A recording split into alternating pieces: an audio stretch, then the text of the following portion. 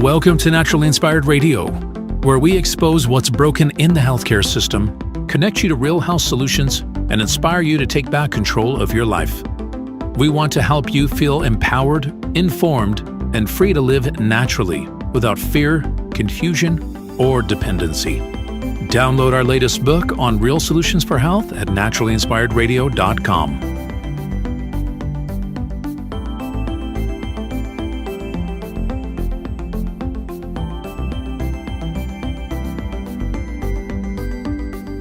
Naturally Inspired Radio is a nationally syndicated show broadcast on over 100 radio stations, online platforms, video channels, and podcast feeds. Follow us on your favorite platform today, hit that like button, leave a comment, and engage in our special live stream chats, Monday through Friday, 3 p.m. to 5 p.m. Mountain Standard Time.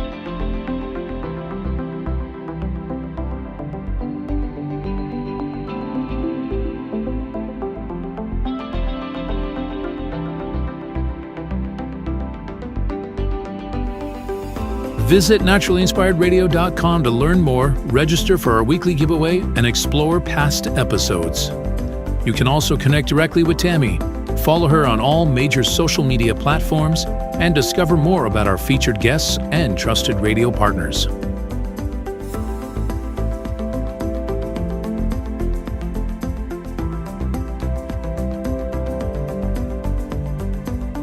Are you looking for better health? Work with Tammy today and take the first step toward a healthier, more empowered lifestyle. Schedule your complimentary 30-minute lifestyle assessment to explore personalized guidance on nutrition, movement, toxin-free living, and natural beauty without pharma. Get started now and discover Tammy's preferred health products at naturallyinspiredstore.com or text Tammy directly 720-303-8868.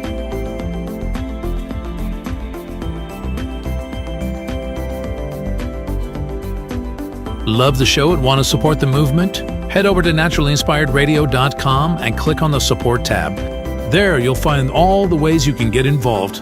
Join our Naturally Inspired community, become a preferred customer, attend one of our amazing live events, get your backstage pass for exclusive access, and connect to all things naturally inspired. Thank you for tuning in today. Now sit back, relax, and enjoy the show.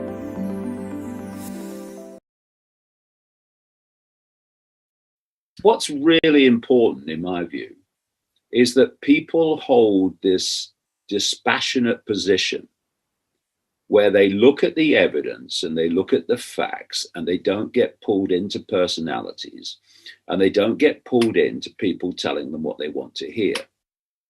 Today on the Naturally Inspired podcast, we have David Icke joining us. David is an English author and leader. He has written more than 20 books that have been translated into 11 different languages. His newest book, entitled Perceptions of a Renegade Mind, is dedicated to freedom. Purchase it at davidicke.com and visit iconic.com to view original and exclusive series with groundbreaking experts. I hope you enjoy this episode of the Naturally Inspired podcast with David Icke. Thank you so much for being on the Naturally Inspired podcast again today. It's been a while since we've talked. Yeah. I haven't stopped talking since we last stopped talking. I know. Which is kind of very encouraging, really, because, when I started out, trying to find anyone who wanted to listen to this stuff was near impossible. Yeah. I went around America for 3 months in as late as 1996, talking in people's front rooms and stuff, So wow. It was a challenge then to find anyone interested, but it's a challenge now to keep up with the interest. So that's very encouraging. I guess that must be just so. I don't know what the feeling is for you, but it's got to be feeling a little bit of like, I told you so. Do you feel any of that? Or are you just so grateful that people are waking up? Yeah. What I would say to people is, if you look at what's happening to me now, and what happened to me, for all these years, it's kind of showing you that if you speak your truth, you are going to get abuse. You are going to get abuse and ridicule when you speak your truth in a world of untruth. in a world of illusion and delusion and deceit. But if you don't speak your truth, and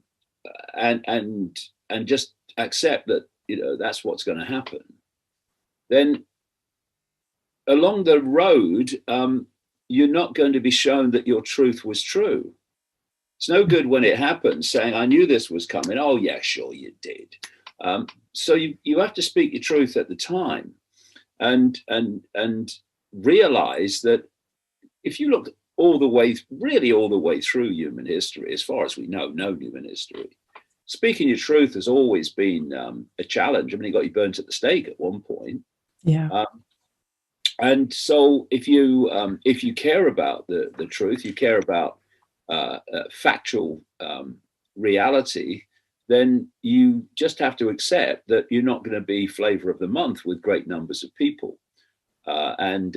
So you just say it anyway, and you take the consequences, because the consequences are necessary to get where you want to go. And eventually, if what you say has validity, if it doesn't, well, nothing's going to happen. But if it has validity, eventually it will be shown to be so.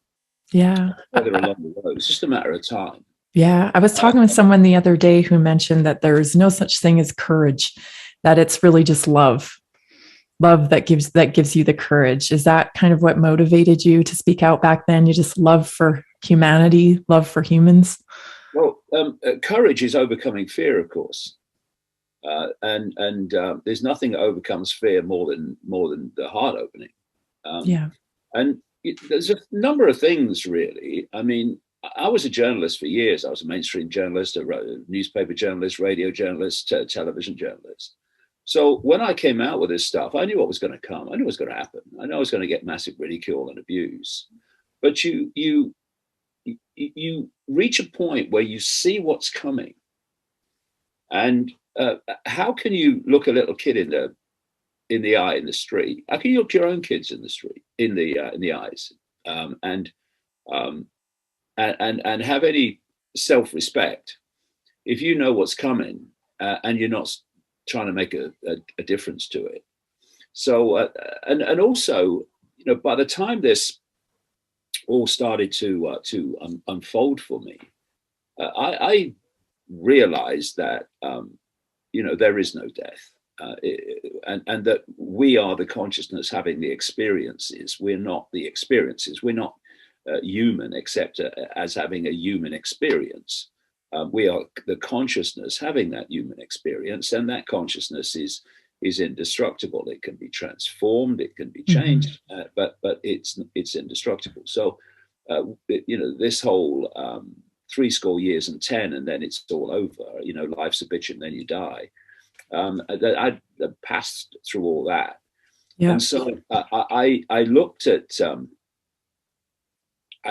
what was going to happen when I came out with this, and I thought, well, what's the worst I can do?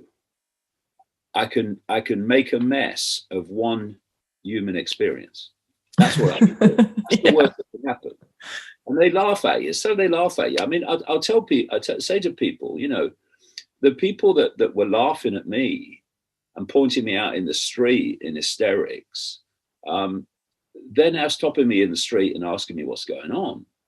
Yeah. So, just because people think something today, they'll think something else tomorrow. The important thing is your relationship with the truth, or your truth, and your relationship with yourself. And that comes down to self-respect, because self-respect is what's going to turn this tyranny around. Nothing else. This is why they're after our self-respect. It's why they get moronic people in dark suits to tell us to do moronic things that make no sense, because if we do them, then we've handed our self-respect over. Yeah, so, we've really seen that highlighted. We've seen highlighted that. I was so sad to see the lack of self-respect that people have on a mass scale. It's extraordinary. I mean, I've sat in cafes and restaurants, and they had this rule that, I mean, tell me it's not true. It is. That when you walked into a restaurant, you had to be wearing a mask until you got to your table, right? Yep. Or a cafe. See, this is the stuff I'm laughing at. And I would sit there and I'd watch big butch guys, Yep. come to the door, put their mask on, walk in, sometimes take 2-3 strides, sit down and take it off. Yep. And I'm like, oh, God. And then I'd see people come in and they're all masked up, gasping for breath. And I sit around the table and they're all in their masks, still with them on, even at the table.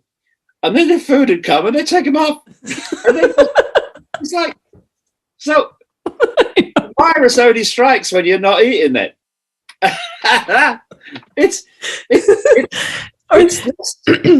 They get up and they go to the bathroom. They get up to go to the bathroom. They've forgotten that they didn't put the mask back on. So they turn back to the table, go back and pick up the mask and then walk back to the bathroom. People say to me, you have to wear a mask. I said, I'm not wearing a face nappy, mate. Yeah. Because I've got too much self-respect. All right. So it's this incapacity to string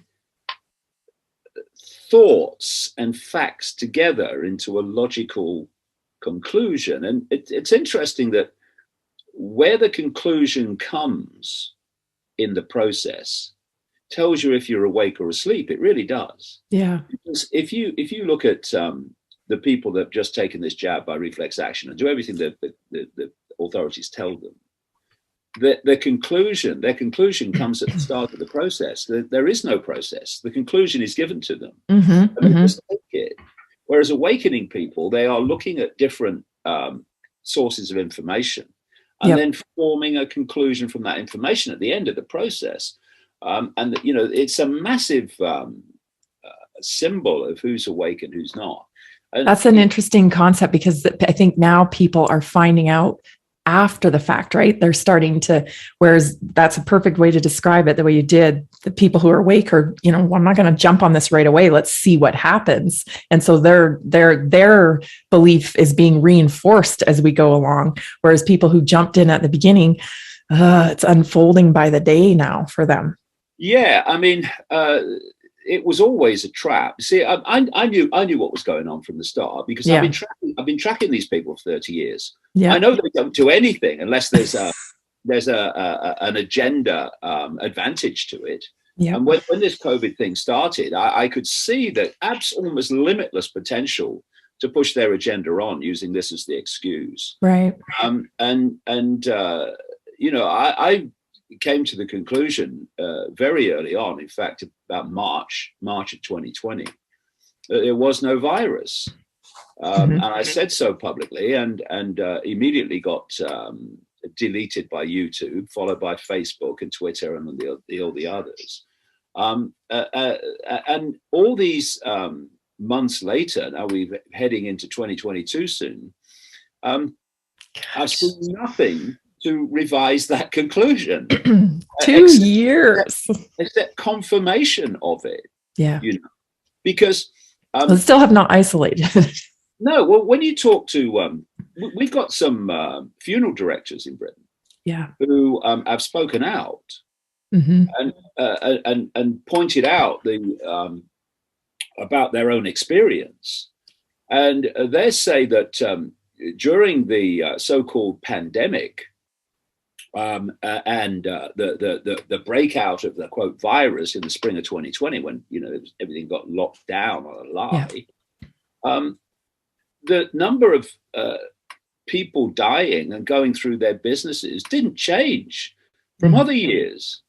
And yet, as soon as they started rolling out this jab in January, particularly January of 2021, as one said, I've never seen anything like it. So many people dying. And it's gone on. As they've gone down the age groups, the comparison with the 5-year average of the number of people dying in that age group has gone up and up and up as they've rolled out the jab to that age group. I mean, to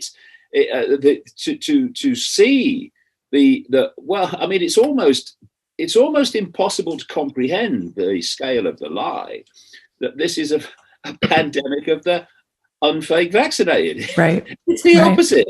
Yes. People are going down like ninepins all over the place with, if not directly dying, and enormous numbers are, then life-changing health effects like myocarditis and stuff. I mean, but you look at. I mean, I've followed sport since I was a kid, and so you have an experience of how many young sports people collapse and die on the playing field, or collapse with heart problems, at the age of 20, 21, 25, 30.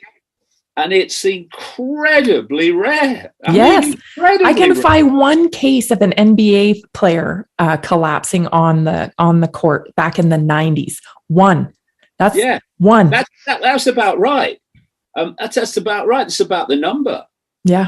But now they're just one after the other. And that not once in any mainstream news report have I seen any of these kids and young people and young men who've died or had career-ending heart problems. Not once have I seen a mainstream article say, well, could it be the jab? Was he jabbed? Not even mentioned. No, just 75 now, I think we're up to. And those are athletes that, have some notoriety. Yeah, exactly. What about all the other regular, normal athletes? Yeah, we had a very famous footballer in Britain called Aguero. He played for one of the big clubs here in Manchester City, and then he got transferred to Barcelona. I think it was in the summer, and his career is basically over. I saw that. He was playing a game the other day, and had to stop. And he's got a heart defect. So but it's in the end, what is going on is all psychological, because all human behavior comes from a psychological state, and it's quite a staggering thing to observe that when all this evidence is flying around and is obvious to anybody, and mainstream journalists and presenters get up every morning, go to work, and lie until they come home.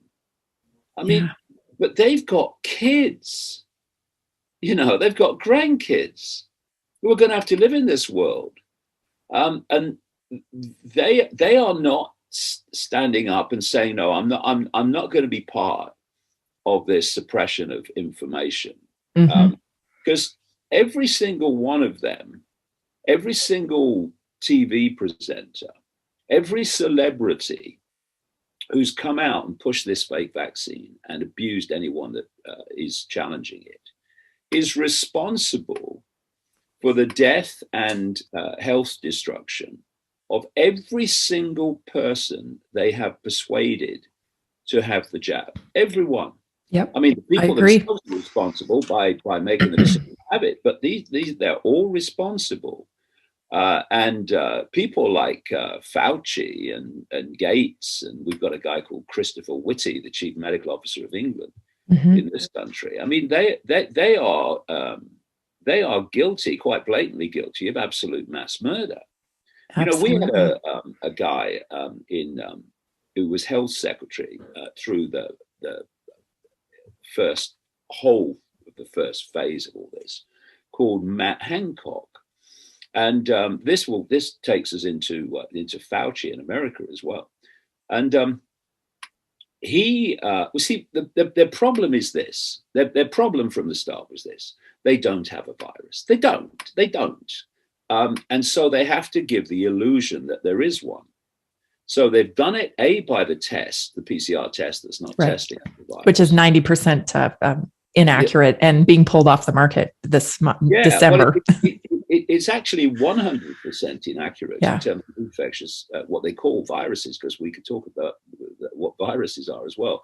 Because the inventor, Kerry Mullis, said he can't do that. And so the cases are coming from a test not testing for the virus. And then you have this thing called the lateral flow test, which is so useless that if you test positive with it, you have to have a PCR test to check that it's right. I mean, it is, honestly. And so, and then you have the 28 days and you die of anything else after a positive test, and there's your deaths. But they needed something, both sides of the Atlantic, to frighten people initially. Yeah. And they didn't have a virus to do it, so they had to do it some other way. And how they did it in Britain was with a drug called midazolam.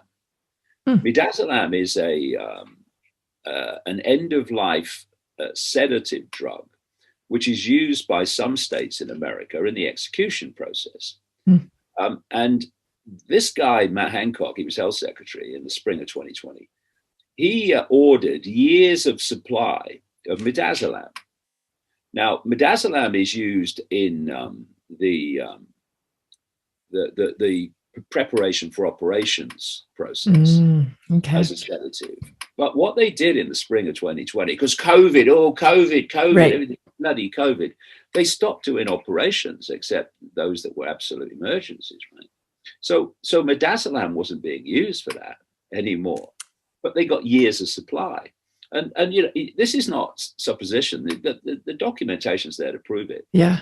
They suddenly use what they did first of all. They did this in America, of course. What they did first of all was say that this COVID pandemic is coming, so we've got to clear the hospital beds. Anyone that can be cleared out of the hospitals, and they moved them to the care homes. And loads of old people who were in hospital, not with COVID, but with obviously they're elderly and they're in hospital, so they're not in good shape. No. They were taken to these care homes. And at the same time, they put do not resuscitate orders on them, DNR orders, so that if they needed resuscitation, they didn't get it. And they did it just like the Nazis. It's all provable on kids with learning difficulties and people with learning difficulties. They said, oh yeah, we've got to put DNR orders on them. Perfectly healthy. And then they started using this midazolam. And when you see the graph, you see it going along, month on month. Soon, use of midazolam prescriptions, and it was all of these in these care homes, and they were dying like flies in the care homes. That's amazing, because obviously in New York we saw this. They packed them all into care homes. And that was their solution, knowing, I mean, it didn't make sense. Oh, if it was about health, it certainly didn't make sense, right? Because you're putting positive people into these nursing homes. So it didn't make any sense. On top of that, recently I was listening to another doctor who said that care homes would have been the perfect place to administer treatment, because they need to be isolated. They're all in there, but they have access to IVs and all of such things. But of course, they didn't do any of that. So again, the obvious steps, if it were about health, were not taken. Yeah, exactly. Well, none of it's taken. We've got a problem that the hospitals are being overwhelmed. What are you going to do about it? We're going to sack anyone who's not vaccinated. Yes. It's all about health, isn't it? But yeah, so what happened is these people were given doses of midazolam that would have killed a bloody horse. Yeah, and loads of them, and the great number of people in the so-called UK first wave were old people. They called it the first wave, but it wasn't the first wave of COVID. It was the first wave of midazolam. And then in America, you had Fauci saying that treatment for COVID, testing positive with a test, not testing for the virus, had to be done with a drug called remdesivir. Yes. And remdesivir is a death sentence. It stops multiple organs working, especially the kidneys. Yep. When the kidneys stop working, the abdominal cavity and the lungs fill up with water and you die. And this is what was happening. There was a doctor in America called Dr. Ardis who's done a lot of research on this. Yes, he's been on the podcast. Yeah, he's excellent. And so they did that for the same reason they did midazolam in Britain and in other countries, because they didn't have a virus. But they needed the illusion of one. They needed a lot of dead people. Yeah. And I question the vent too, right? I mean, think about that. That would a perfect, you can't talk when you're on a vent. Yeah, well, that's the other thing. I mean, you put them on a ventilator. I mean, you know, this thing about the virus. You know, I hear all this about it came from the Wuhan lab. I don't buy any of it, but I just look at what I can see. I look at the facts, and the facts are that if you have a real pathogen, you have a real infectious, deadly agent. You don't have to test for it with a test not testing for it. Secondly, you don't have to scam the deaths with this ludicrous, insane. I mean, hello, 28-day from a test, you die of anything, gunshot wounds sometimes, right. Hit by a car, of COVID-19. Yeah. You don't have to use midazolam and remdesivir to give you your first waves. And you don't have to give hospitals incentives, financial incentives, which they have, to diagnose the same respiratory symptoms as COVID-19, and to give massive amounts of money, like $39,000 for every per person diagnosed patient on a ventilator, which almost certainly kill them. You don't have to do that. If you have a real infectious agent, it just goes about its business and does it.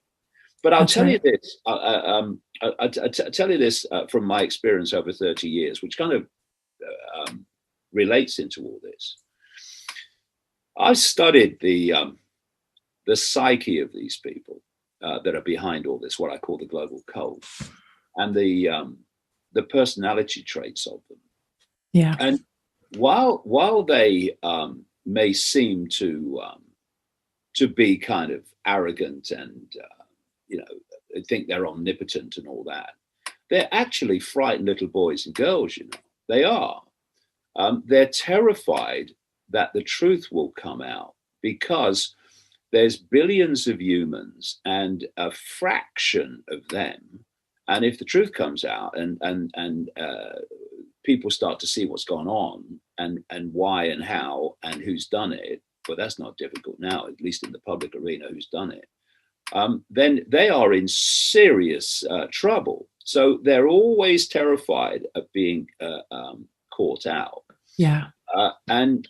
So when you look at these people and their personality traits, they are terrified of losing control of anything.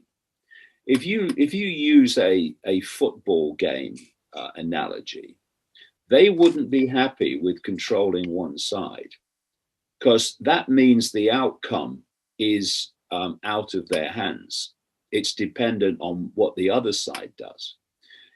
From a football analogy, for them to feel secure, they would have to control both sides and the referee. So they knew what the score was going to be before the game started. This is why you see them controlling both sides in debates and conflict. They want to control the outcome. Yeah. So the idea, you see, that they would release a infectious, quote, deadly pathogen, which they would immediately lose total control of. Yeah. It's absolutely not what they're going to do. They're not. Now, what was it really about? What was the fake virus really about? It was justifying the fake vaccination to massively depopulate and also transform the genetics of those that survive. Now, injection, not something passing around which you've lost control of. Right. An injection which you can control who has it and who doesn't. So the idea they would release a pathogen that they couldn't control. I mean, they might do it in a small area, right? In some circumstances, maybe, but globally, no way they'd do that. No chance. It might get them. Yeah, well, yeah, and so, but now I've been saying all along, the bioweapon is not the virus. The bioweapon is the fake vaccine. And they can administer that to who they like, because there are obviously a lot of these vials that contain absolutely horrendous stuff. But there's a lot of these vials that are just saline solutions. Right. That's such a great point. I'm glad you brought that up, because we're seeing that, right? We're seeing people who have adverse reactions right away. They get really sick. And then we're seeing people who are completely unaffected, which just adds to the psyop. Yeah, because they want to get everybody that's not them eventually, or virtually. Well, yeah, everybody. I mean, it's what they're pushing for. But if they put the bad stuff in all the vials, when you see the scale of people going up, going down, now, if they put the bad stuff in all the vials right at the start, I mean, there's no way they were going to hide the effects of that. Right.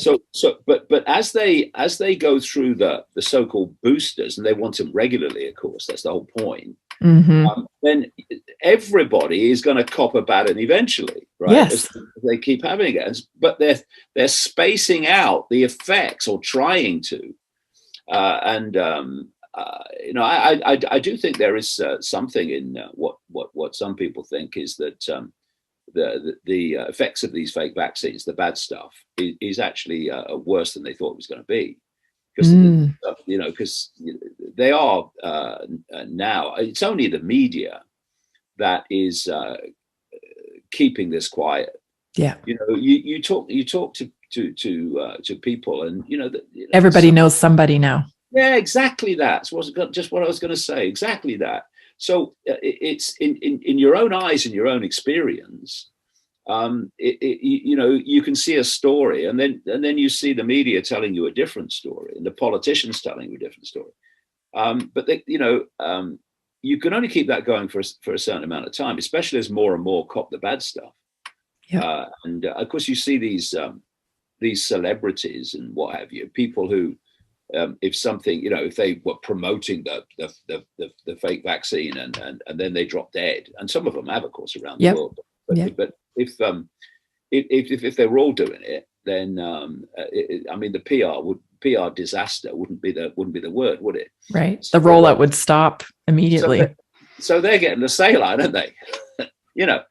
Anybody who, if they had a bad reaction, would be terrible PR. Well, they're getting the saline. Well, at least for now, then. Yep. And that cognitive dissonance we talked about, I know people who have had a bad reaction. There was a guy that actually had to go take it, had anaphylaxis, and then went back to an allergist to get the second shot so it could be controlled. This is, it's just amazing how they're so under the spell. It is a spell. Yeah. And I've talked about this at length. I haven't written about it in my latest book, Perceptions of a Renegade Mind. Yes. You are looking at people, the fast asleep and the awakening, who are connected with different levels of consciousness. I've written over the years about what I used to call it the mind virus. More recently, I came across the Native American concept of Wetiko, which they describe as a mind virus. And then when I've looked around the world in the different cultures, I find that although they use different names, they're actually describing the same thing. Interesting. It's akin to a computer virus, right? And it's connected to this whole cabal and what's behind it. So if you are working at a computer and you're interacting with the computer, well, all's fine and dandy. But when the computer gets a computer virus, then the operator loses control. It's symbolic of expanded levels of consciousness, loses control of the operating system, which what the body is, which directly connects us into this reality.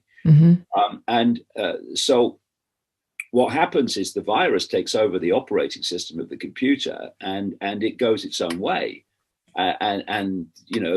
The person operating is tapping the keys and banging the mouse, and nothing's happening. And this is what this Wetiko, as the Native Americans call it, does. it's like a computer virus. And it's funny, I've been writing about it all these years, and then I come across this Native American concept, which was just saying exactly the same. Right. So once this computer virus gets control of your mind, then you don't no longer have the capacity for rational thought. I mean, look what happens on the computer screen when a virus takes over. I mean, it's mayhem. Yep. If it's an extreme example, you have to force shut it down. Yeah, a whole thing. Yep. And the more close-minded you are, the more sense of your own limitation you have, the slower your energetic field is vibrating, and it falls into this Watiko frequency, which is a very distorted, inverted, chaotic frequency. But awakening people who have retained a connection between the computer and the operator, five sense mind and expanded awareness, they are able to free think and connect strands of information into a logical conclusion.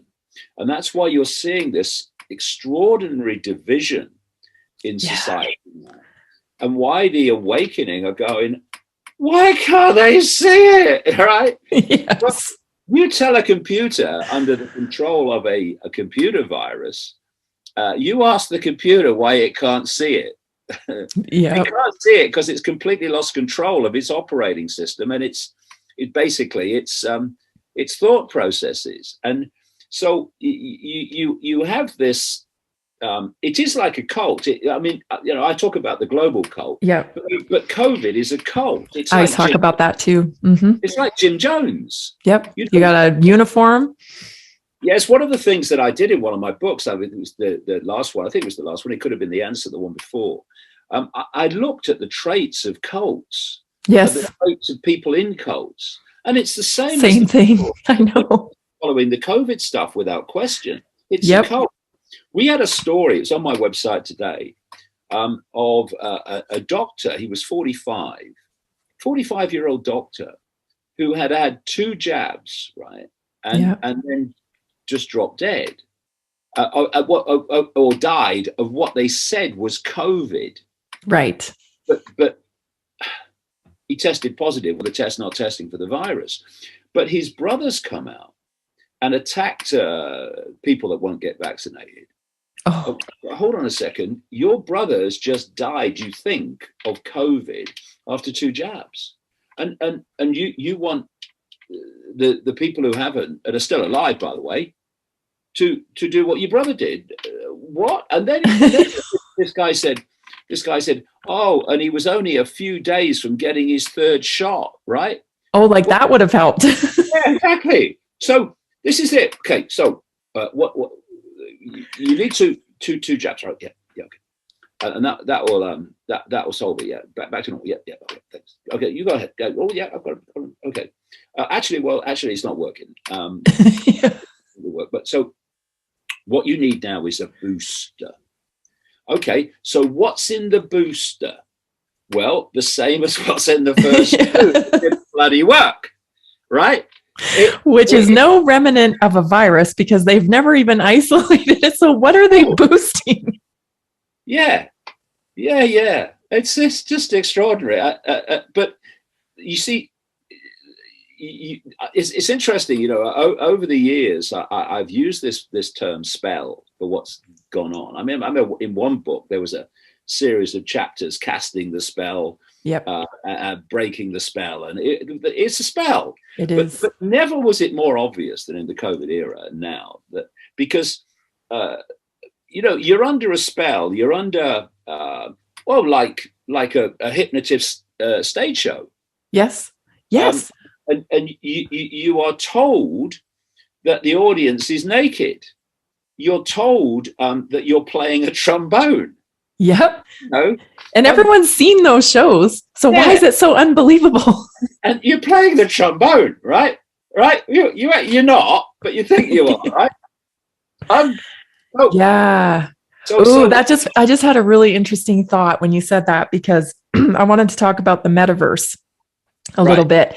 But, it's almost like this has been priming because this is this fake world they're trying to pull us into. And this is almost like priming for it to accept what's not real as being real. Yeah, well, that's exactly right. I mean, I've talked since the turn of the millennium about yes, you have simulation and the limits of the simulation of the speed of light. Mm-hmm. Now you've got scientific articles coming out in 2021 saying exactly the same, and more scientists saying actually, it would explain everything if we were in a simulation. I mean, why would the physics of our reality be the same as computer games, virtual reality games? Because that's one level. See, this is the thing. There are so many levels, and I want to get into synthetic biology with you and all of that stuff. Yeah. So the stage one of disconnecting us from true self, or the perception of our true self, is the overall simulation. But what they're doing now is creating simulations within the simulation. For instance, if you look at this smart grid, which people like Elon Musk are at the forefront of creating with their low orbit satellites they're putting up now, by the enormous numbers they're planning. That is creating what I used to call it in the books, the technological sub-reality. They call it the smart grid now, or the cloud. Now, this cloud, where this radiation frequency, 5G, they're talking about 6G and 7G already, it is broadcast from towers and it's broadcast from low orbit satellites to every inch of the planet. That's the plan. That in itself is a simulation within the simulation. So there's one step down straight away from even the overall simulation. Then you've got virtual reality. Yeah. Then you've got augmented reality. Now you've got the metaverse, which is being pushed by this guy Zuckerberg, who's a little boy in short trousers and terrified of his masters. But he's pushing this metaverse, and the metaverse is another layer of illusory reality. And with I think it's the carrot.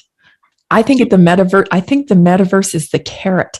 I just saw an ad where they're offering people to connect with someone who's passed away in the metaverse.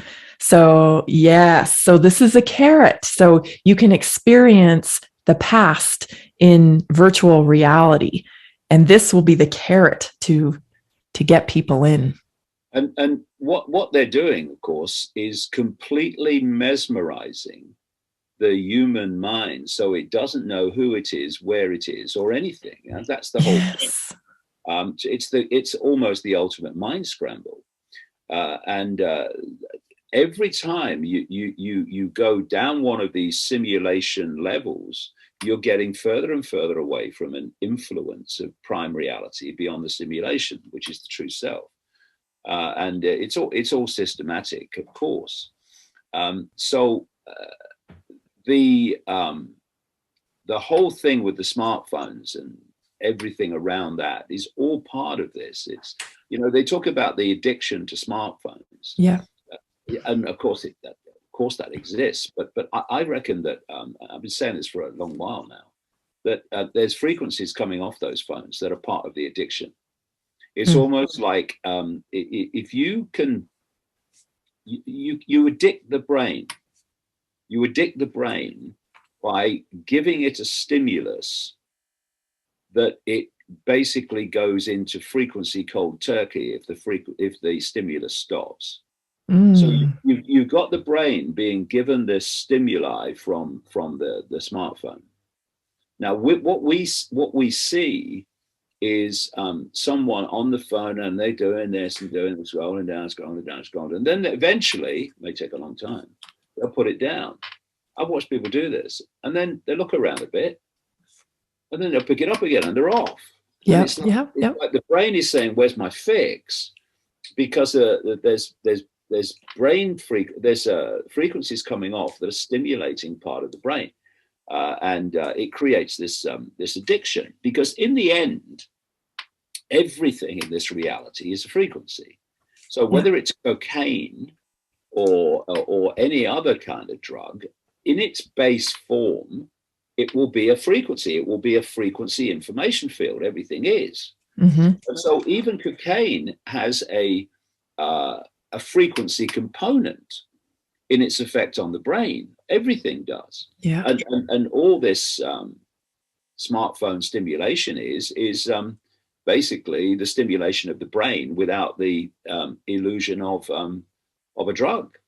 But all drugs are frequencies in their base form, and they interact with the body and the brain on the frequency level, and they interact with it on the chemical level. But, it's interesting because Eric Schmidt, who used to be the CEO of Google, I've been kind of diving into some of his stuff right now. He's something else, that's for sure.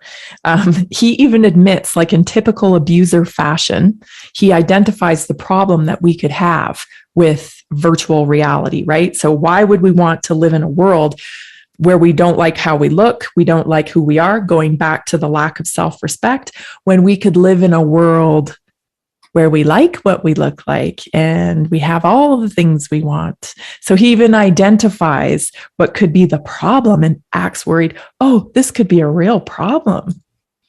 Yeah, well, what you find when you research this over the years is that they cover all bases. I go back to the football match. They cover all bases. You've got to be very careful, because they'll put people in certain positions who are saying what you agree with. Absolutely, that's the case. That's a good point. But what they're doing is they're controlling the debate. Yes. Again, if you take the football analogy, they're controlling both sides, and the referee, the governments that ultimately decide, or the corporations that ultimately decide what's going to happen. They're the referees, if you like. Yeah. And they control the debate. So they know what the outcome's going to be. Absolutely. In your book, Renegade of Perception, there's a chapter in there about the political puppet show. We still have these people who think that the politician's going to save us. Yeah, I've been called a controlled opposition in some parts. Because I will not go down the Trump road. I never have. What's really important, in my view, is that people hold this dispassionate position where they look at the evidence and they look at the facts, and they don't get pulled into personalities, and they don't get pulled into people telling them what they want to hear. Because I know, after 30 odd years of telling people what they don't want to hear, how difficult that can be. It's much easier to tell people what they do want to hear, because the doors are already swinging open for you, because they want what you're saying to be true. Yeah.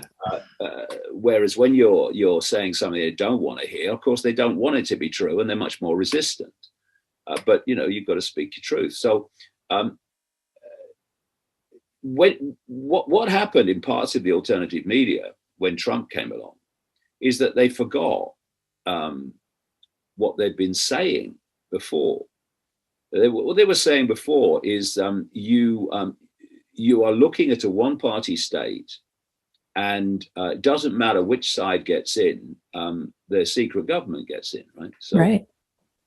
So, okay, I agree with that. So why is Trump an exception? Well, because he's a maverick. Well, if you look at the history of Donald Trump and his connections, he's no maverick, right? He's no maverick. He's no anti-system person, right? And then you saw the WikiLeaks documents and emails that were released that showed that the Democratic Party were manipulating the primary race against Trump to stop Bernie Sanders getting the nomination that Hillary Clinton did. Okay, yeah, no one's surprised there. But Trump started out facing something like 16 plus other candidates. And if the Democrats could fix the election, then so could the Republicans. And we were asked to believe that Trump was a maverick, even within the Republican Party, and the Republican Party didn't want him because he was not controllable. Well, okay then. So how did he get the nomination then? Because you could have fixed it. Right. And people like Trump don't just have skeletons in the cupboard; they have whole cemeteries. So they could have exposed him. The media could have exposed him for many different ways in the run up to the election. But he got the nomination, and once he got the Republican nomination, I thought this guy's the chosen one. This guy's going to get it, and of course he did.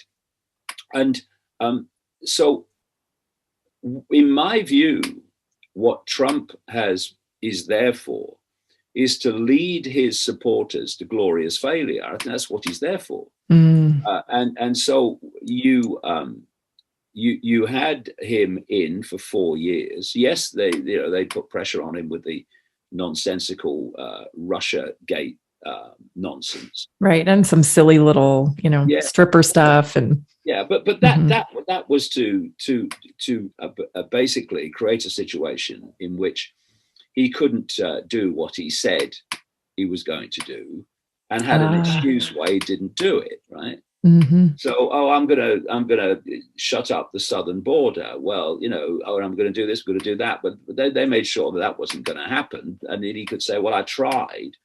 But so if you look at his whole presidency, I mean, there was the only things that he did or didn't do were things that, if he hadn't have done them or not done them, like invading another country, he almost did an invasion from the air anyway, an attack on Iran, and turned the planes down when they were heading there. Because I think it was pointed out. I saw the Tucker Carlson show that night when it was happening, and I remember Tucker Carlson pointing out that if you do this, Trump, then you're going to destroy yourself with your natural support, because they supported you because you said you weren't going to do this. Right. And the planes were turned around and all that. So there was some pressure on him in the sense of you can't do this because you'll lose all your natural support, and they'll turn on. But he went through 4 years, and he basically didn't do anything to really change things. But he talked a good story. And then he was beaten by Biden, and Biden blatant puppet you'll ever see in your life. I mean, they're all puppets to an extent, but he is 100% a puppet. He doesn't even know where to walk or stand. It's So this is what I've talked about in terms of Trump. There was a guy called Saul Alinsky. He was a communist operating out of Chicago. And apparently some of his followers and readers of his books were Hillary Clinton, Barack Obama, Nancy Pelosi. He wrote a book called Rules for Radicals. And it was a series of rules to follow to transform a democratic society, basically, into a communist one.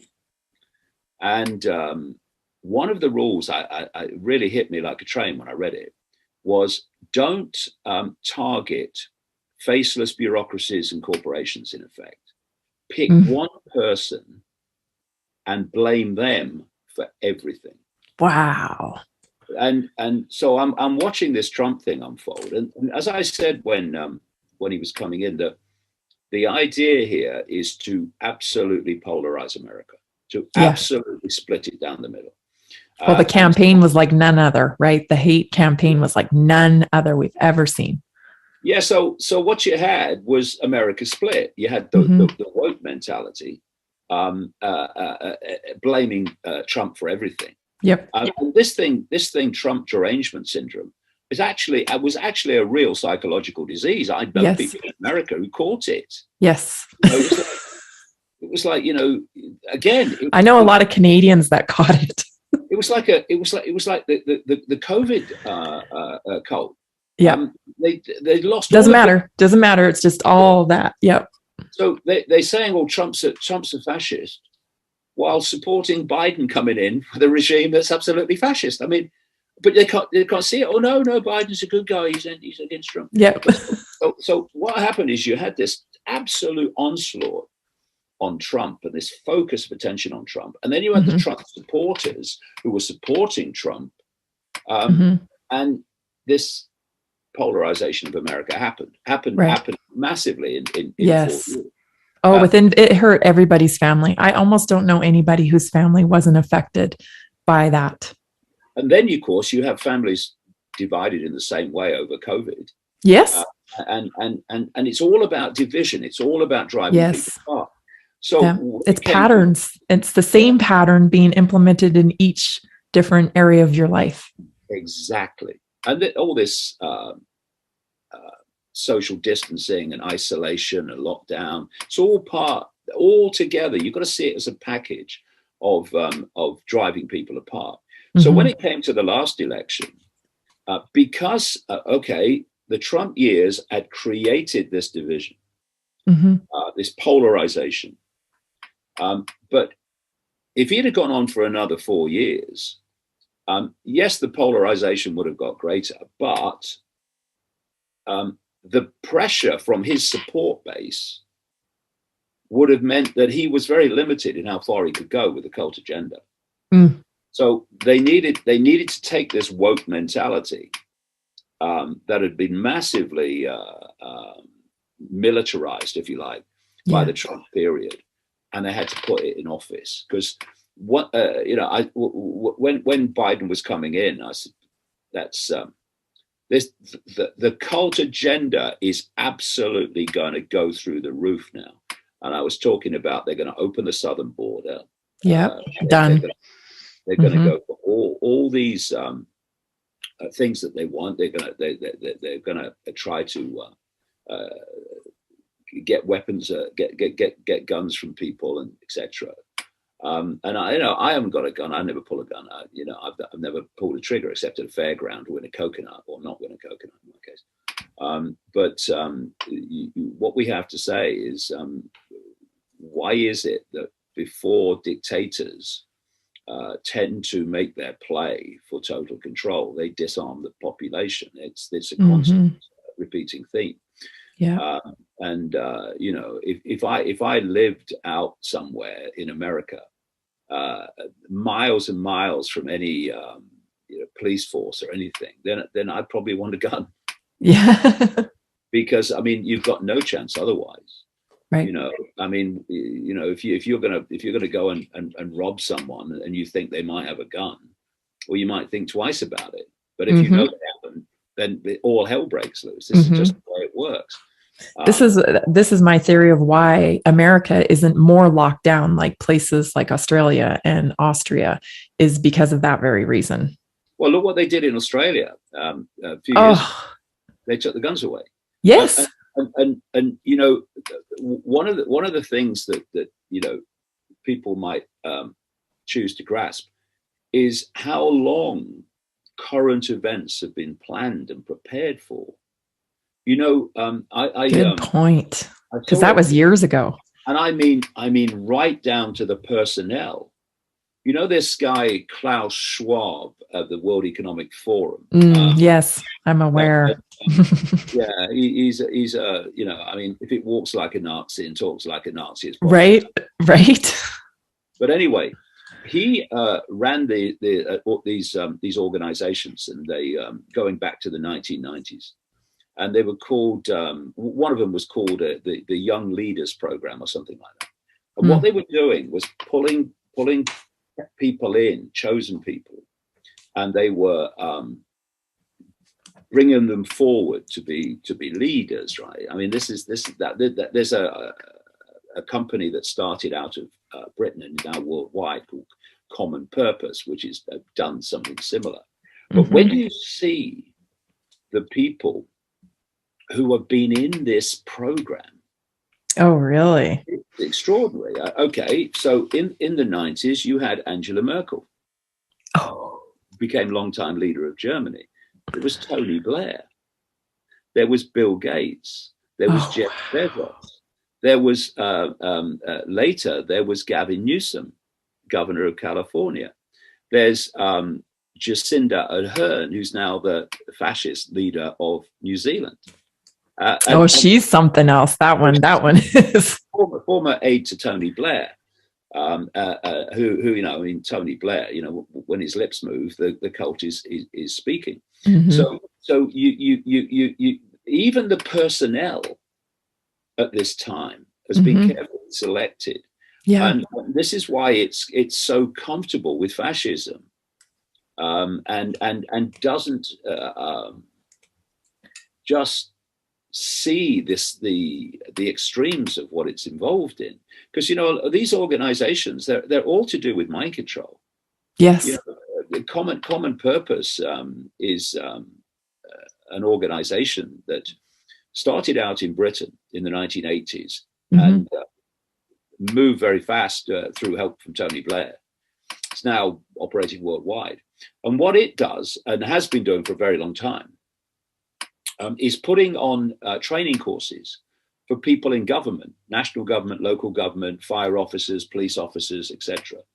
And they go through these training courses, and they're subject to neuro-linguistic programming and various other groupthink techniques, right, to batter out any individuality in them.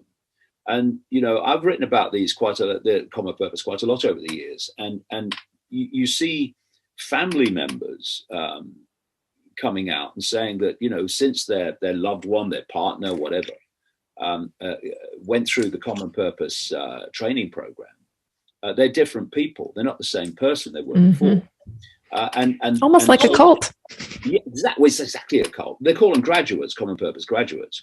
We've got a lady in London who's head of the Metropolitan Police, the biggest police force in Britain, called Cressida Dick. And I think she was named by a psychic personally, but she's absolutely useless, right? But she's a Common Purpose. I was going to say, but I was being well behaved.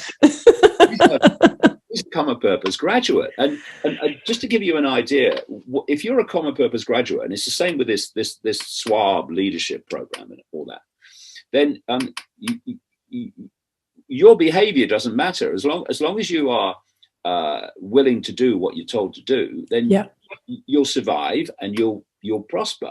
You'll get the job. So I don't know if you remember, quite a few years ago now, there was a Brazilian electrician in London called Charles de Menezes. And he was shot dead. Shot dead. He was shot 7 times in the head by a police officer while being held down by other police officers. He'd been mistaken for a terrorist when he's just a regular bloody electrician going about his day. He ran because he thought he was being chased by these people who were tracking him wrongly. They then held him down and shot him 7 times in the head. You know, one wasn't enough. Anyway, the person who oversaw that whole operation was Cressida Dick.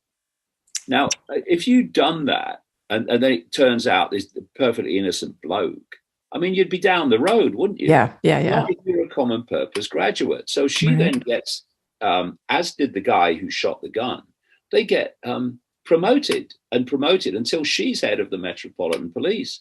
Absolute incompetent, but she's an incompetent that does what she's told. So we have this guy in London at the Imperial College called Professor Neil Ferguson. Yes, who's a modeler of a so-called health modeler. Yes, and the man is completely and utterly useless. His record is extraordinarily bad, and you know, I mean, I mean, you look at him and you think, how could you have a conversation with this bloke? I mean, there's no life. But he keeps giving the cult the models that suit their agenda.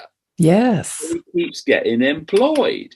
So he was the one that came out with the projection of 2.2 million deaths in America in the spring of 2020, and that locked down America. Yeah. And 500,000 or so in Britain, that locked down Britain, and other countries the same. Totally incompetent, but doesn't matter.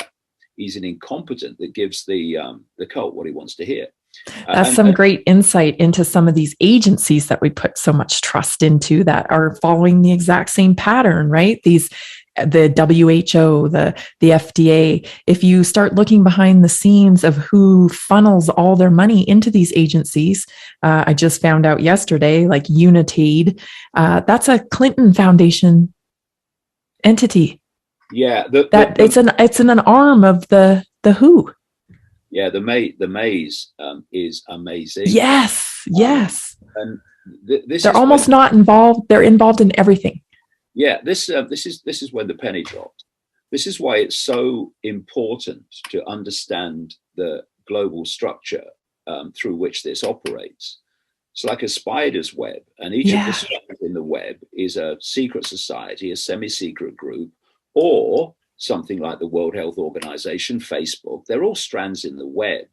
And if you go deep enough in those organizations, you are going to find web operatives who are running those organizations on behalf of the cult agenda. Yep. So the World Health Organization was created by the Rockefellers in 1948. Rockefellers, massive cult operatives at quite a deep level. And the idea was to control global health by putting control under one roof, the World Health Organization, that would dictate to all the member countries, pretty much the whole world now, on how to deal with these things. And once you see the web connections to all these apparently random and unconnected organizations of people, the things that happen that seem inexplicable become perfectly explainable. Right. Because why would Facebook and these other platforms like YouTube announce early on that they were going to censor anyone that questioned or challenged the World Health Organization narrative on COVID? Why would they do that? It's ridiculous. Are they health practitioners? Yeah, exactly. Why would they do that? I mean, they're communication operations. Why would they do that? Surely they'd want lively debate, wouldn't they? Isn't that what they were there for? They Right. But then you realize, or you know, if you've done the research before, that the World Health Organization is controlled by the cult. It was created by the Rockefellers. It's now run, not least through funding, by Bill Gates, who is a close associate of the Rockefellers. In fact, I've seen some genealogy that claims that if you go back far enough, the Rockefeller bloodline and the Gates bloodline fuse. Oh, that's interesting. And Facebook is not only controlled by this cult, it was created by it. So was Google. Seed funded by people like the DARPA, the technological development arm of the Pentagon, and InQtel, the technological seed funding arm of the CIA. And American tax dollars. Yeah, and these people like Zuckerberg, I mean, you wouldn't need any encouragement to believe that when you see him, at work. He's just a front man. I mean, you've got a pothead. He's a child. Yeah, a child. Yeah, I mean, Arrested Development, that kid, honestly. Yeah. And then you've got Dorsey at Twitter, the pothead. The idea he's running Twitter and Zuckerberg's running Facebook and Brin and Page and etc. are running Google, and Susan Wojcicki is running YouTube is ridiculous. They're just gophers. Yeah.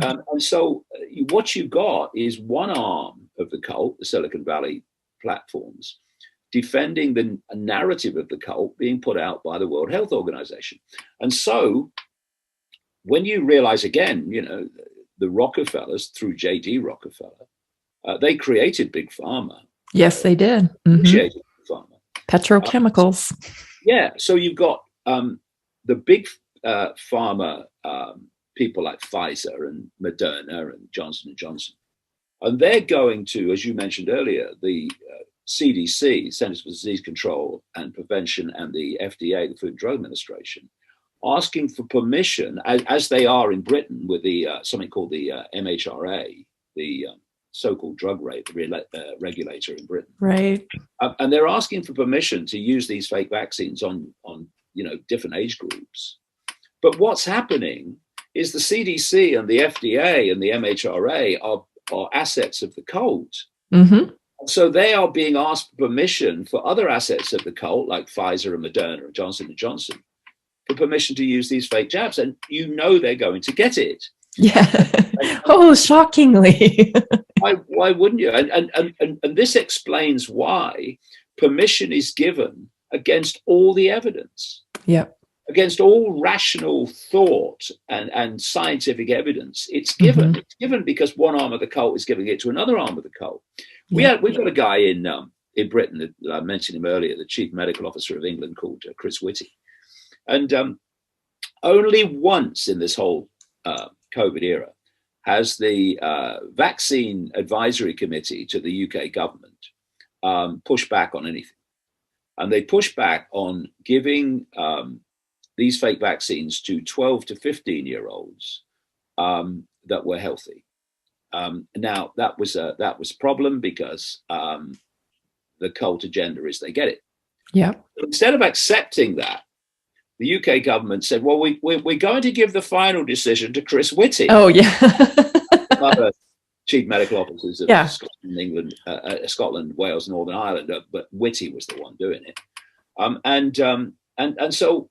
They did that with the CDC here too. So they had a panel, only 2 of them voted for it. It was 16 voted against it. Well, they just took the decision away from that panel and they gave it to the director. Exactly. And this is because there is an agenda that unless we make it happen, is not going to be denied. So he came out with this extraordinary excuse. He said, well, they should get it because it will be better for their education because they close. And you look at him and you think, you bloody psychopath. You know that some of these kids are going to die. You know that even more of these kids are going to have life-changing health consequences for what you're doing. Yep. But you don't bloody care.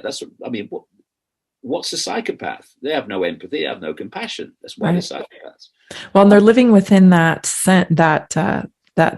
realm of being constantly, congratulated in like young leaders program. They get accolades, right? And it's very interesting because people that I know who did really well in school, and got a lot of accolades in school, are having a really hard time grasping that this might not be on the up and up. Yeah, well, this is, like I say, I've done a lot of research into common purpose, and common purpose is just the blueprint or a blueprint for all these different organizations. Right. Religion is another one, right? They can use the LDS church. They use churches, these groups to.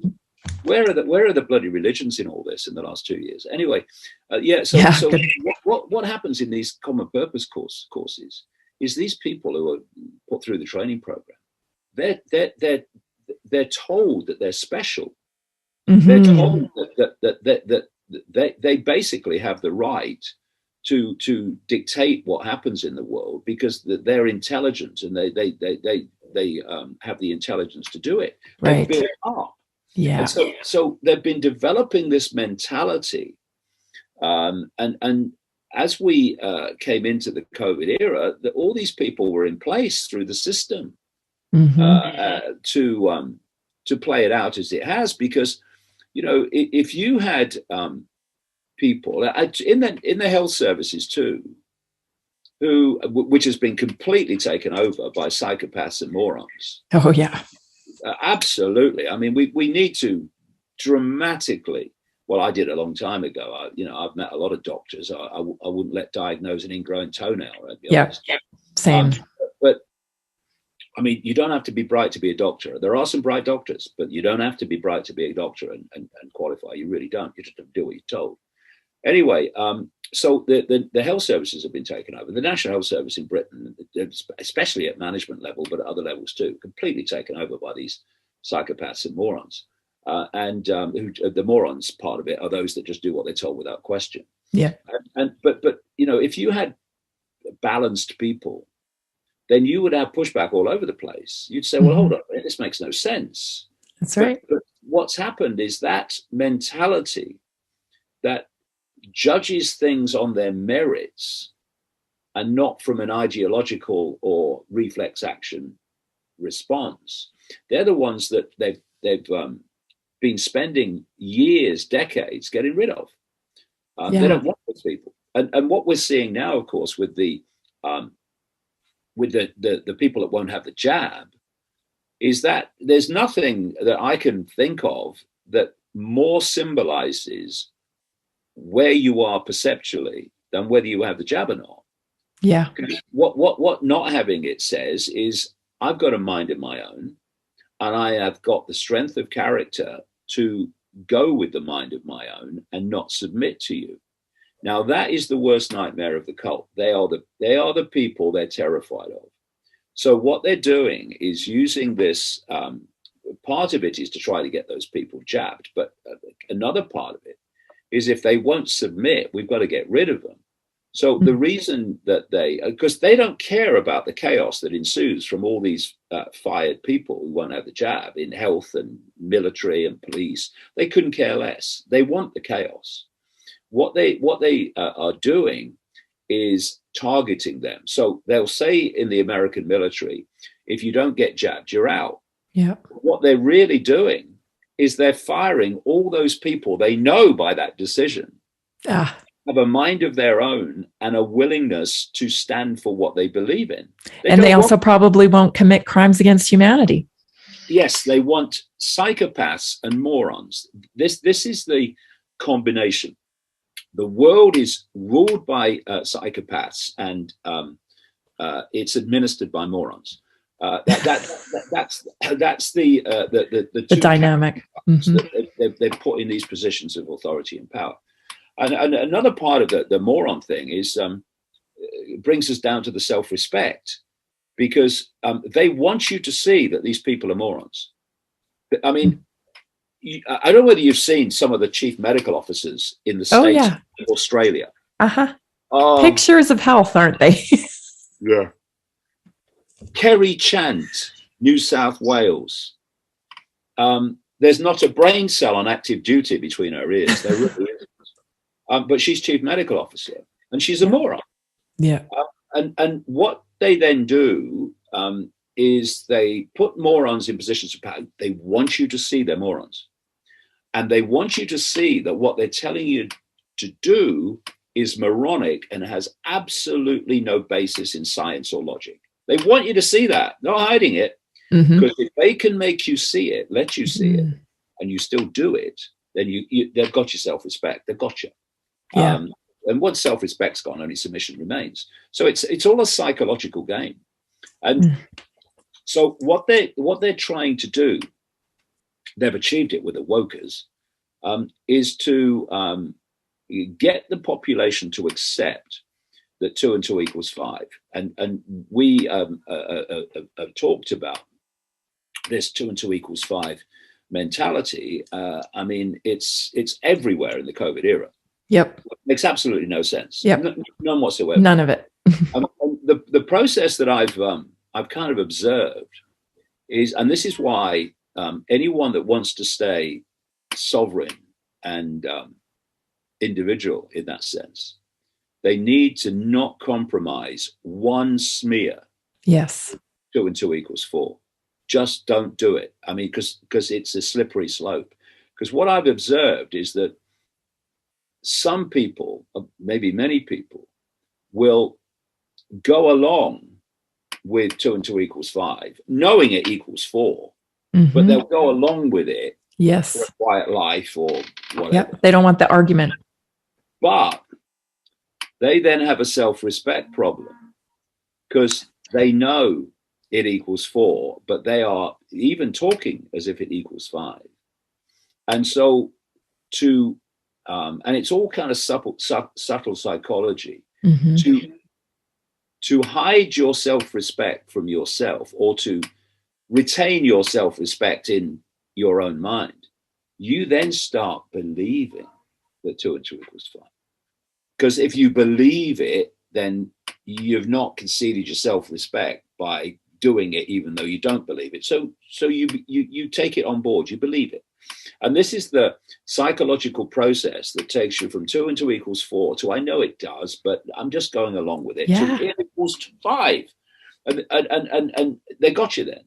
So that's such a good way to explain it, because I've seen it unfold. I've seen it unfold with people who I thought, why are you doing that? But it's not about anything else but really self-respect. And that's where we have to focus on, is helping people regain their self-respect, which is in such a sad state. The greatest word to defend self-respect is no. Do this, no, I won't do it. No, we'll do this. If you don't do it, well, do it then, because I'm not doing it. No, I'm not doing it. If enough people go down that road, no, not doing it, it's unenforceable. It's all unenforceable. It's too many people. Yeah. It's the fear of death that keeps people compliant, right? Like you've spoken about this topic so many times, and you're so good at describing it. And the way you say, like, I don't care. It's my consciousness. If you want to kill me, because I'll just take off somewhere else. Yeah, because I'm not going to concede my self-respect. Well, what's the point of living if in that, right? Yeah. I'm not going to concede my self-respect to stay on this, stay in this reality for a few years longer. I'm not going to do it. Me either. This fear of death is crucial because it's an extreme version of the fear of the unknown, which is one of the greatest human fears of all. So much power is given away by fear of death. All the power of the medical profession, the psychopathic doctors, comes from fear of death. Just save me, doctor. Just give me a few more years to live, doctor. Once you realize that this is a very, very brief, even if you live a long life. I mean, I'm 69, right? Mm-hmm. And it's flown. I mean, it's like yesterday I was at school, right? Yes. So it's very fast. There is no time, but the perception of it is very fast. It's just a brief experience, and I am the consciousness that's having that experience. David Icke is the vehicle and the personality to name through that experience. But then I'm out of here, and I'm off somewhere else. So that's going to happen eventually anyway. Yeah. Thank goodness, someone stay here forever. Even if they do capture you in the metaverse. That ain't you. That ain't going to be you in there. No, it's not. No, there's so much going on about this. What we're seeing with this metaverse is things coming into this dimension that's going on in other dimensions. Because this simulation doesn't just have the level we're aware of. There are other levels of it. Right. Anyway, and I think that's what reincarnation is about. Actually, reincarnation between levels of the simulation. Yeah, interesting. Because when we're jumping around, but I know, I can't help it. Sorry, it's so interesting. You get these kids that come back and they know how to play guitars, and they know how to. What's that about? Yeah, I mean, when I first came across that whole concept of reincarnation, it never made sense to me. Now, I'm not saying that you can't come out of prime reality into this reality, and for instance, trying to make a difference. And you might go out and you might come in again and try to make a difference. I've no problem with that. Okay. What I've had a problem with is this: you must be on this cycle. You must be on this wheel, right? Because if you look at the size of planet Earth against the projected size of the universe, then it's the equivalent of a billionth of a pinhead. So I'm sitting here and I'm thinking, so I've got to keep reincarnating onto this planet to earn lessons. This is the only thing, to get out of here. On the equivalent of a billionth of a pinhead. Sorry, mate, I don't follow that. Right. But then it's our concept of time and space that constantly keeps us in those confines. Yeah, but you look at it this way: that there are other levels of this simulation, Mhm. not just this one. And that this force that's behind it, which is not human, is trying to capture consciousness into a cycle of reincarnation. In other words, keep them entrapped. Then suddenly reincarnation makes sense, because you're coming out of the body and you're not of a high enough vibrational frequency to get out of the trap. And so you are recycled back in what we call reincarnation. And if you are can you vibrate higher within that and break out of that? Yeah, that's the idea. Yeah. You know? I mean, if you're in a high enough vibration, you leave the body and you're out of here. But I mean, there's an ancient esoteric concept called the ring pass not, which is like a bubble that you can't get out of if you're not, quote, enlightened, in other words, of a high enough frequency. And I've got books here, a couple of books, thick books, of the writings of the Gnostics that were found in an earthen jar at Nag Hammadi in Egypt in 1945, where fascinating stuff.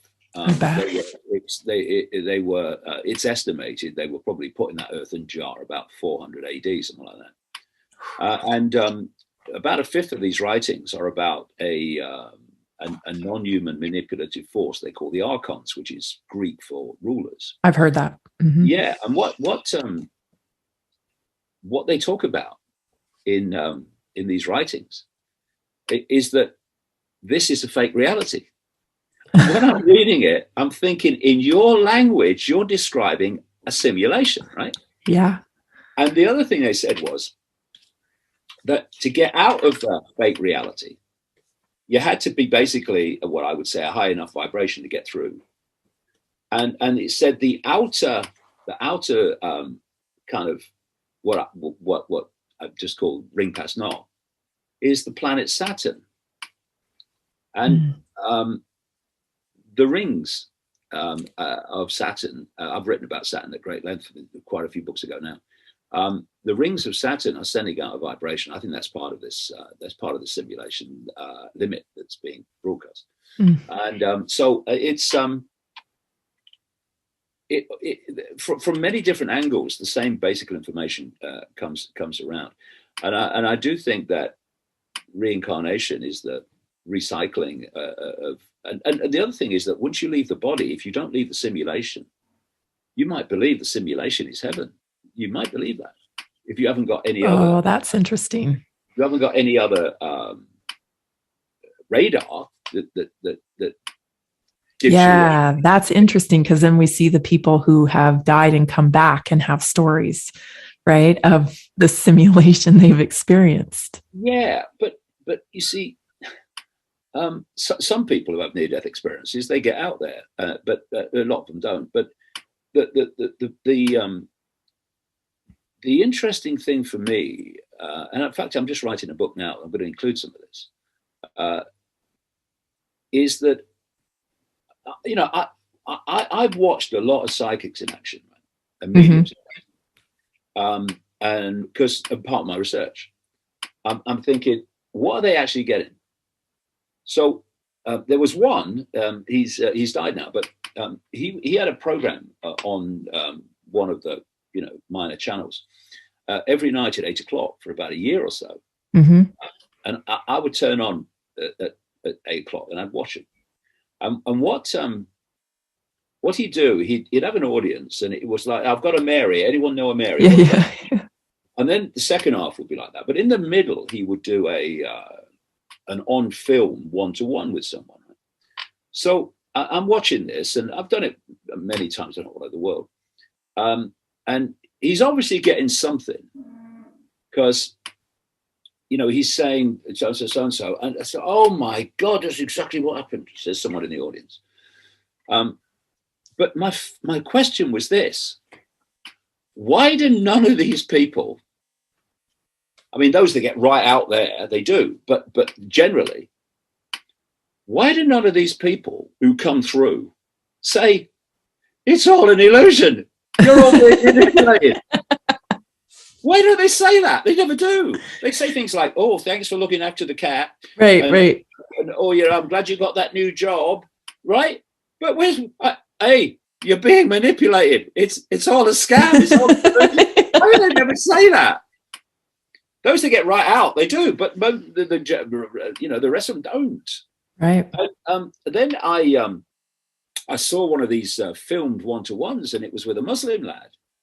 And he's getting, and he was saying, "Oh, this is your father," and oh yeah, that's right, yeah. And he said, "Oh, your father's saying he's glad that you're keeping up with your Muslim religion." And I'm going, "What? You don't know? It's a load of crap. What are you talking about?" And I don't mean Muslim religion. I mean all religion. It's all a straitjacket for the mind and a limiter of perception. You believe this, or you're going to be in trouble. Yeah. And it's like, what do you mean? That's the message. Where are you? Telling you this kid this stuff. Yeah. So, I went to see a psychic one time in a auditorium just to watch her. And I was fascinated because my theory is that those people are really good at patterns. They're really good at predicting patterns within human behavior. And so that's how they're able to kind of, I do think that sometimes people connect to other consciousness for sure. But like you said, I don't understand why they're telling you about, look under the teapot. That's where the ring is. If you were still in the simulation, would you know it was a scam? Bingo. Or would you think this is how it's meant to be, reincarnation and stuff? Well, that's the same thing with our language. You mentioned, they're using the language of the time, but our perception is so controlled by our language. It's the only thing we have to try to fit things together, to explain them. What if there was something else that we had to communicate? That would change the dynamic of our perception. Yeah, of course it would. But I do think that there are psychics, mediums that get right out there, and they're the ones that give you stuff that is about what's going on. Yeah. Then you've got others, I think, are tapping into something still within the simulation, but not this level of it.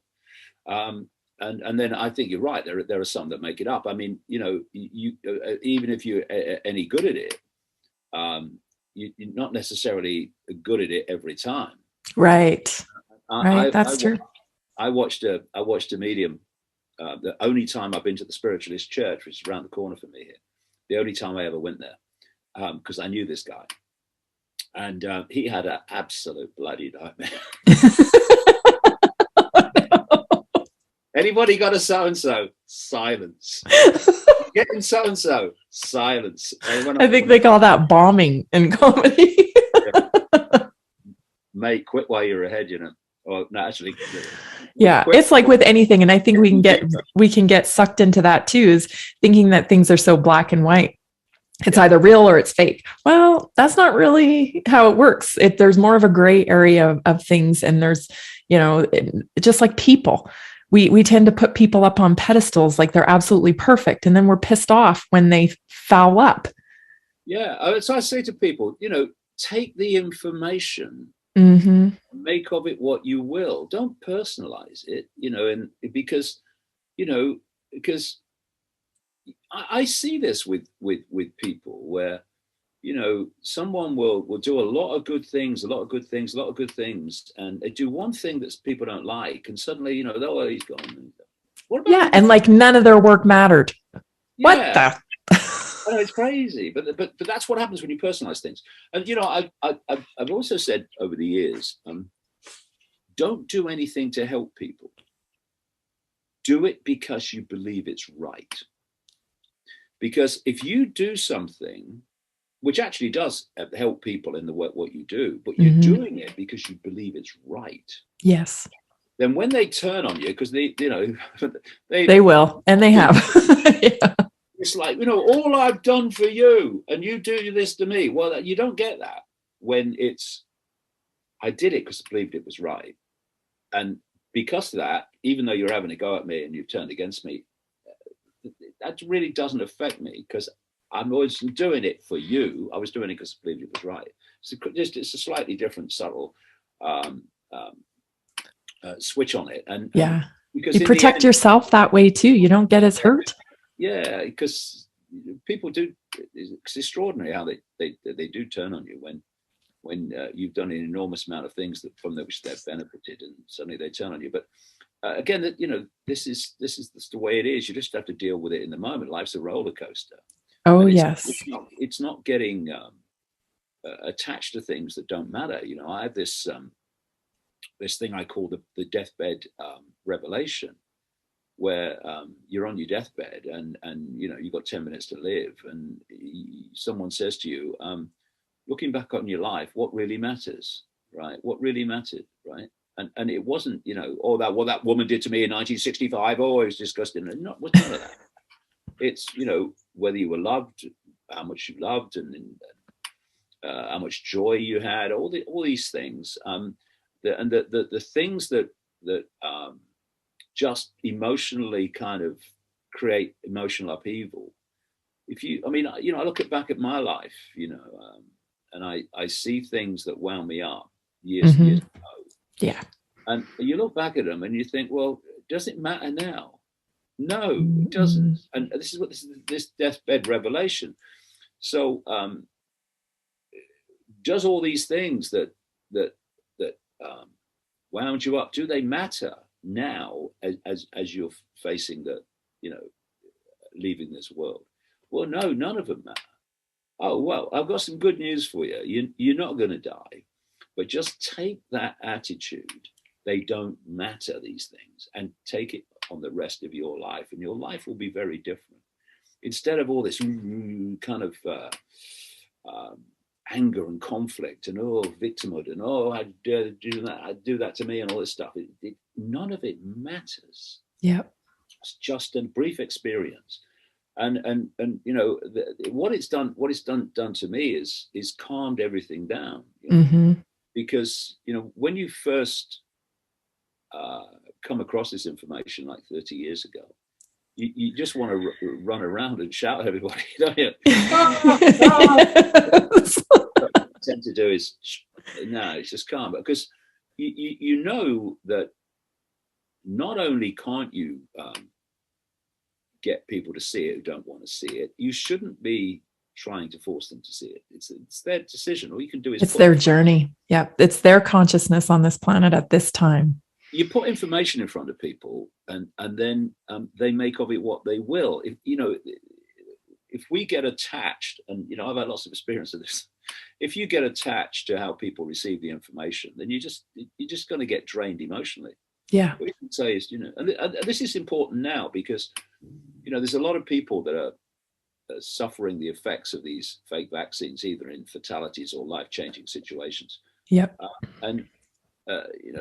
A lot of people that can see it, they're concerned about their family, understandably, and they're concerned about people who've had the jab, what's going to happen to them and all that stuff. But in the end, that's just going to drain you.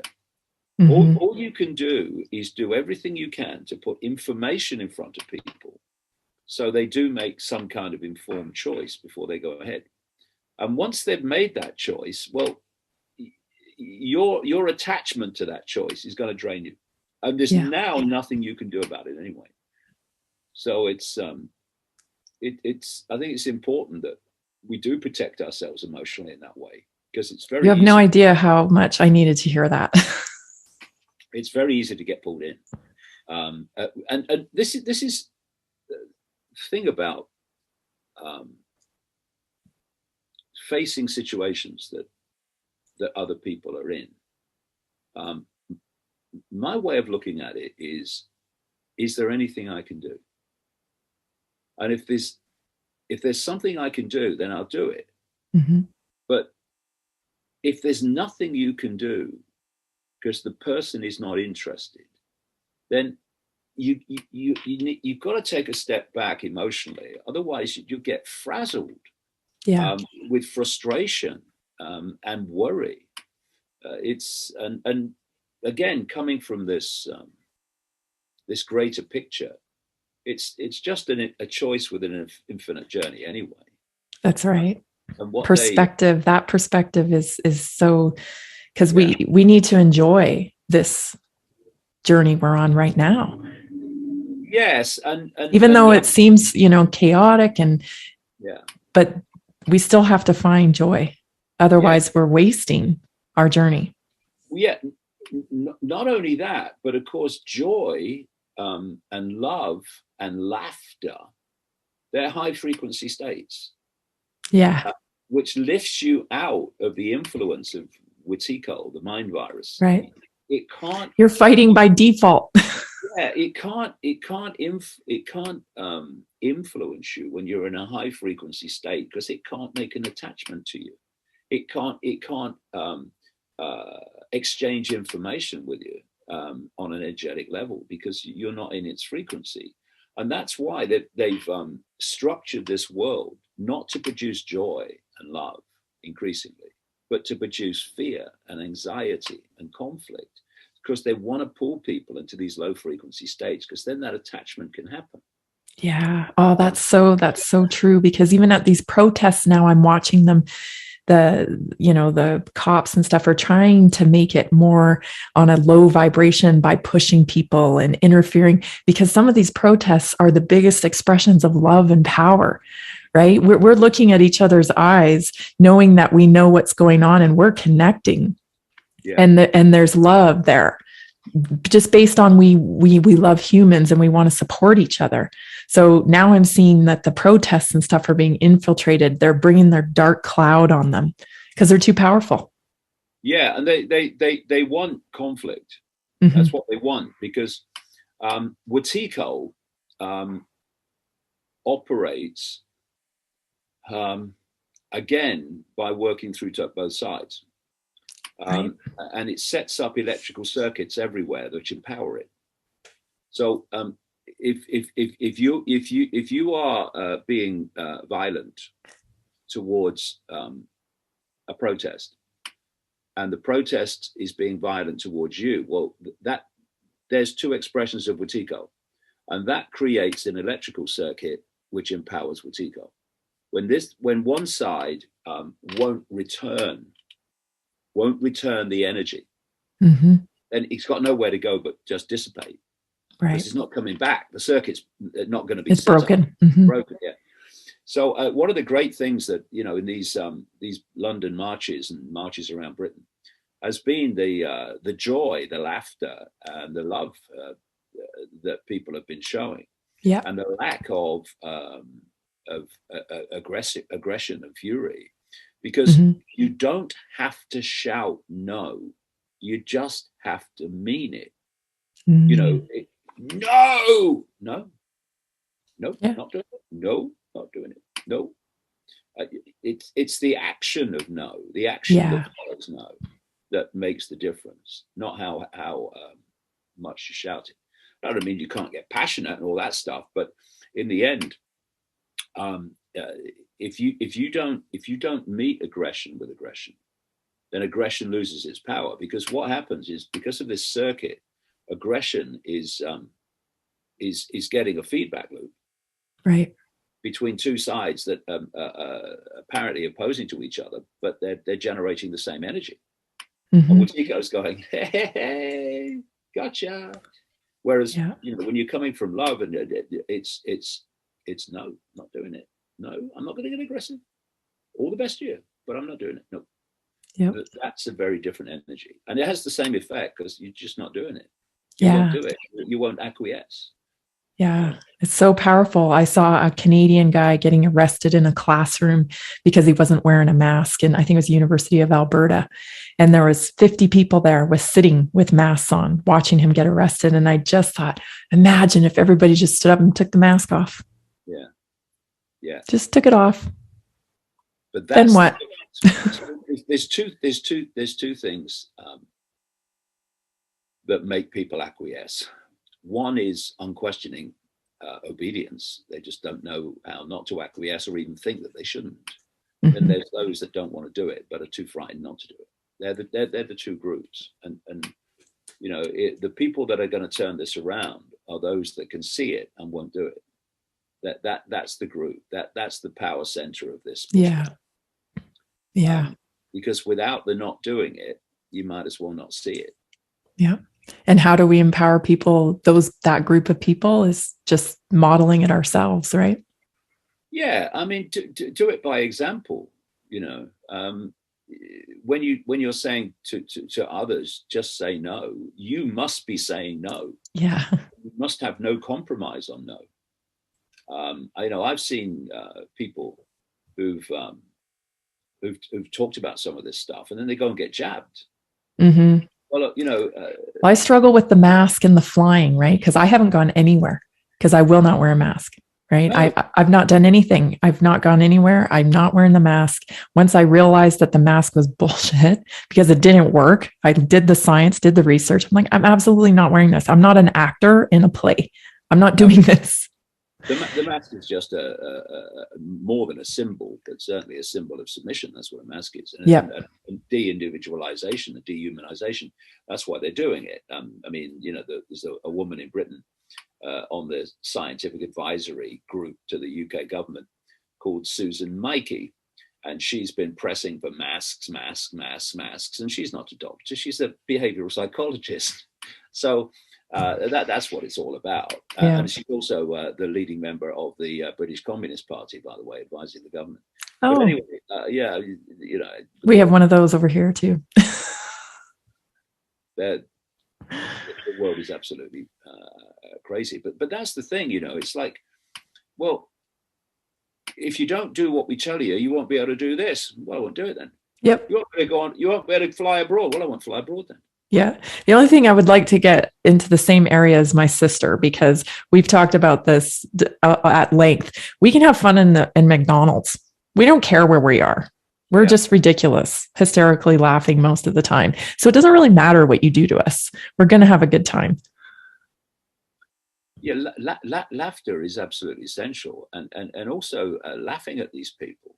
You see, they're very insecure. I mean, people may find that hard to believe. These are all powerful elite. They're very, very insecure people. They're very frightened people because they know that any minute now the game could be up. Yep. So they whistle in the dark, right? And part of it is, we're all powerful. What are you trying to convince me or yourself, mate? Good point. And they their insecurity means they have to be taken seriously, and you have to feel intimidated by them, because that's part of their security shield when that's happening. When you bloody laugh at them, then you totally disarm them because they don't know what to do. Mm-hmm. No, when I say you've got to do this or else, you should be intimidated and do it. Well, I'm not doing it. No. What can you explain why I should do what you say? You're a moron, right? You're a moron. Why should I do what you say? And you're asking me to do. Who are you? You're a moron telling me to do moronic things. Yeah. And if I do them, then I'm a bigger moron than you are, and I'm not. That was the point of putting all these celebrities up on pedestals, so we could feel like they could be more tools for them to tell us what to do. And I could give a crap about a celebrity. I don't. You're an employee. How many celebrities have you ever heard go against the government narrative of anything? Exactly. This is it. Mick Jagger, right? I mean, I was born in 1952. I saw the Rolling Stones. Oh, the Rolling Stones, they're anti-establishment. Mick Jagger. Right. Yep. He goes and accepts a knighthood from the bloody Queen. Kneels down to get the sword on the shoulder. Oh, he's Sir Mick Jagger. So anti-establishment. Oh God! And then all these Sir Elton John. Well, the Woodstockers, they get me. The boomers get me because I'm like, weren't you? You were at Woodstock. You thought you were, going against the establishment. You were all that. Now all of a sudden you're like, jab me 4 times. Yeah, I know, it's unbelievable, isn't it? I mean, this is why I called the lady's book "Perceptions of a Renegade Mind," because the renegade mind so good. is different from a critically thinking mind. Critically thinking mind can see things but still cooperates with what it can see. Renegade mind won't do that. no way. A Yeah. renegade can't really. It won't do it. I mean, it will critically think. It's almost like you can't. You just can't. No, you can't. No, you can't. You can't, It's because not in me to. I can't do that. yeah, you've got a renegade frequency, if you like, which is an insulation against self-respect deletion. You can't do it. You know, I was like this at school when I was a kid. Mm-hmm. I'm not going to do things because somebody in authority tells me. Give me a good reason to do it. Yeah. And I'll consider it. Yeah, because you make it make sense, but I'm not going to do it just because you're going to tell me. I'm not going to do it. And I was a bit of a rebel at school, and but not a rebel without a cause. I just right. I was just someone that I'm not doing it if you're just telling me to do it, because I won't do it. And I was like that with my parents, to be honest. Mm-hmm. You asked me to do it, and you explain why I should do it. I'm fine, yeah, no problem. But tell me to do it in a kind of or else way. Yeah, feels gross. Sorry, I'm not doing it. In fact, the more you tell me to do it, the least likely I am to do it. It's just been part of me all my life. My son said that to me the other day. We were at an animal shelter picking up some cats for our barn, and I was questioning the lady because the Humane Society's a racket in itself, and I was questioning the lady about something, and then he just walked away. And when we got in the car, he goes, "You got a problem." He goes, "Someone tells you what to do, and it's automatically you're going to do what they don't want, what you don't want them to do." Yeah. I mean, I have been like that, all my life. The more you try to force me to do something, I'm just less likely to do it every time you try. Yeah. Yeah. I mean, and sometimes I wish I wasn't like that, because these people are just sailing through. Oh, la, la, la. Everything's fine. And I'm like, wow. Okay. yeah, but they're sailing through with complete shite going through their body now. Yeah. So, yeah. And there's a lot of pain ahead. Yeah, because life is about choice and consequence. That's what it's about. You make choices, you take the consequence of the choices. And yep. Jab or no jab is sure. I can't imagine a bigger choice in terms of potential consequences between have and have not. No, nothing we've faced in our lifetime. That's for sure. Yeah, that's for sure. Yeah. Yeah. I want to thank you so much. I've taken up too much of your time, but I just love talking to you. I could talk to you probably for 2 more hours. Yeah, it was a lovely chat. I really enjoyed it. Yeah, I want to just give you a chance to tell everybody where to go get your book, your website. I subscribe to it. It's amazing. Iconic's awesome. Gareth's new show out, I love too. So plug into all things Icke at what's the web address? Yeah, it's iconic.com. That's our media platform. It's amazing. My son Jamie created it 2 years ago. It's just past his 2nd birthday. It's extraordinary what he's done in 2 years. There's so much content on there. Yeah, and more going on all the time. I do a show now, which is I do about an hour and a half, going through the news of the week and dot connecting. The context, what it really means, as opposed to what they're telling us it means. And then you've got right now with Gareth on a Friday, get some great guests. And I'll tell you what's interesting now is that, because of all the ridicule and stuff I got, all things Icke were like that. Right. Anyone mainstream, oh no, but that's changing. And now you get mainstream people coming on. Yeah. Because, suddenly it's not such a downer to be associated with an Icke anymore. No, I think it's actually the opposite. It's quite funny. DavidIcke.com is the main hub where I do the news stories every day and the videos and stuff. Yep. And the Perceptions of a Renegade Mind. You can highly recommend it. You can get it through the website. But it is shipped from within North America. It's shipped out of the United States. So it's not that it has to come from Britain or anything. It's shipped within the United States. And it's gone down very well, yeah. And I'm just writing another one. It's a great one stop for a lot of things. is what I found. You have a lot of stuff in there, and if someone really wants to understand it, that would be a great place to go.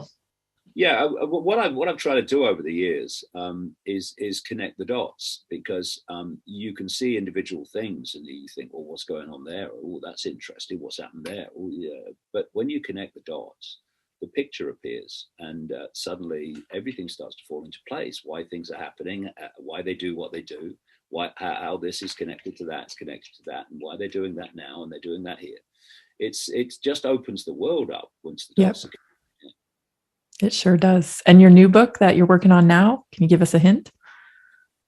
Well, I was going to write it about something, and within 3 days it gone somewhere else. I mean, I'm still incorporating the earlier information, but it's not the focus anymore. It's going to be explaining in dot-connected detail what the matrix is and how it works, how we can escape it. And I'll go into these other levels and lots of things about it. It's all about that. It's all about the matrix. Wow. I can't wait for that.